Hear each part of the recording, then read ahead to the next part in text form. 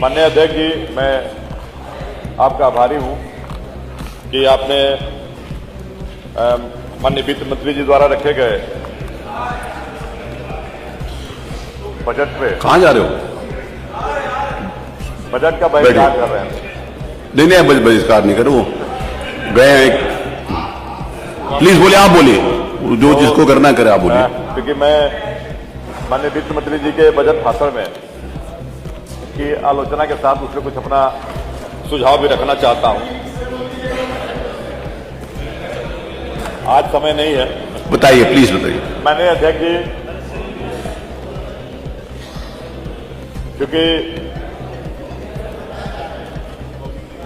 एक अभी हमारे आदरणीय नेता प्रतिपक्ष महोदय ने जिस बात का जिक्र किया कि हम इतना भारी बजट लेके आते हैं, इतना बड़ा बजट लेके आते हैं और उससे हम खर्च न कर पाए, उन्होंने कुछ विभागों को बल्कि चिन्हित भी किया, तो निश्चित रूप से यह बड़ा ही चिंता का विषय है कि जब वित्त विभाग सभी विभागों के विभागाध्यक्षों के द्वारा की गई डिमांड को कंपाइल करके जब वित्त विभाग उस बजट को एलोकेट करता है तो ये मान के चलता है कि जो उनकी अपनी व्यवस्था होती है उसके हिसाब से मान के चलता है कि नहीं, इन विभागों को हम इस तरह का रेशियो रखेंगे तो ये विभाग अपना काम इतने में पूरे एक साल कर सकते हैं। लेकिन खेद तब होता है ये हाउस उस बजट को पास भी करता है और वो विभाग उस बजट को खर्च नहीं कर पाते हैं, ये चिंता का विषय जरूर बनता है। मेरा केवल आपके माध्यम से माननीय वित्त मंत्री जी से एक आग्रह था, सुझाव था कि आप जब बजट एलोकेट कर रहे हैं तो इसके साथ साथ बहुत से ऐसे सारे विभाग हैं जो अपने बजट समय से खर्च कर देते हैं, आपने उन्हें सप्लीमेंट्री में भी बजट देते हैं। ऐसे विभागों की प्रशंसा होनी चाहिए। ऐसे विभागों को एक लगे कि मतलब नहीं, इनको जो जिम्मेदारी दी गई है इन्होंने काम किया, लेकिन उन विभागों को भी चिन्हित करना चाहिए और चिन्हित करके उनकी रिस्पांसिबिलिटी फिक्स करनी चाहिए। जो सरकार द्वारा दिए गए बजट को एक साल में समय से खर्च नहीं कर पाती है, मुझे लगता है कि उसके लिए वित्त मंत्री जी को एक सेल बनानी चाहिए और माननीय वित्त मंत्री जी एक सेल बना करके उन विभागों को दिए गए बजट की मॉनिटरिंग करें। और देखिए, वो मॉनिटरिंग हम साल के अंत में अगर मान लीजिए हम इधर विपक्ष के लोग, नेता प्रतिपक्ष, अगर उन विभागों का अगर गिनती गिनाते कि इनमें इतना खर्च हुआ तो इसका कोई सोल्यूशन नहीं है।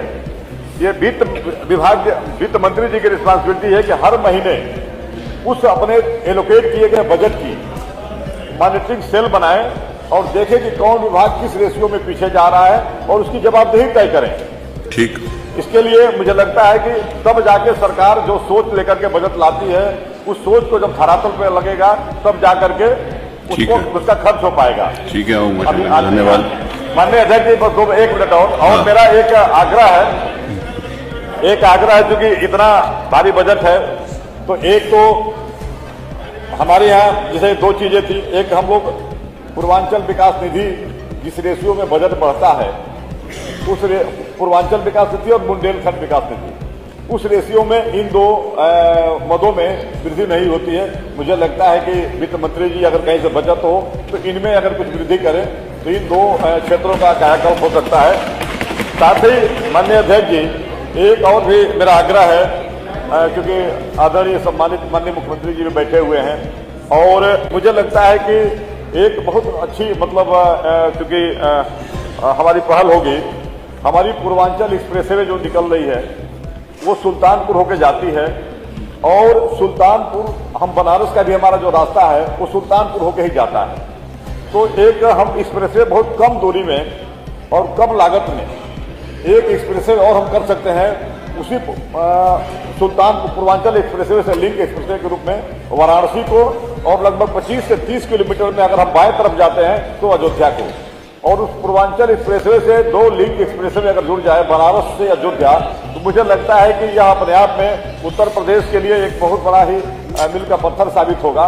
और ये जितने मतलब उद्योग हैं, क्योंकि इतना नजदीक से है कि उन दोनों रोडों में बहुत विस्तार की अपार संभावनाएं हैं, इसलिए मेरा ये आग्रह था। दूसरा, माननीय अध्यक्ष जी, क्योंकि धन्यवाद। मैं समझ सकता हूँ माननीय जो- मुख्यमंत्री जी को, हाँ, नहीं उनको- मैं समझ सकता हूँ माननीय मुख्यमंत्री जी को, क्योंकि पहले से तय था 3:30 बजे बोलने का, और शायद कहीं बाहर आउट ऑफ स्टेशन जाने का प्रोग्राम है। मैं अपनी सभी बातों को क्योंकि उसमें सम्मत करता हूँ और मैं आपका आदर करता हूँ, सम्मान करता हूँ। समय की महत्व को देखते हुए अपनी सारे एक इधर से हल्ला हो रहा है, वित्त मंत्री जी हैं तो उस बातों को नहीं कहेंगे। एक जो माननीय वित्त मंत्री जी अभी वो वाली बात अभी नहीं,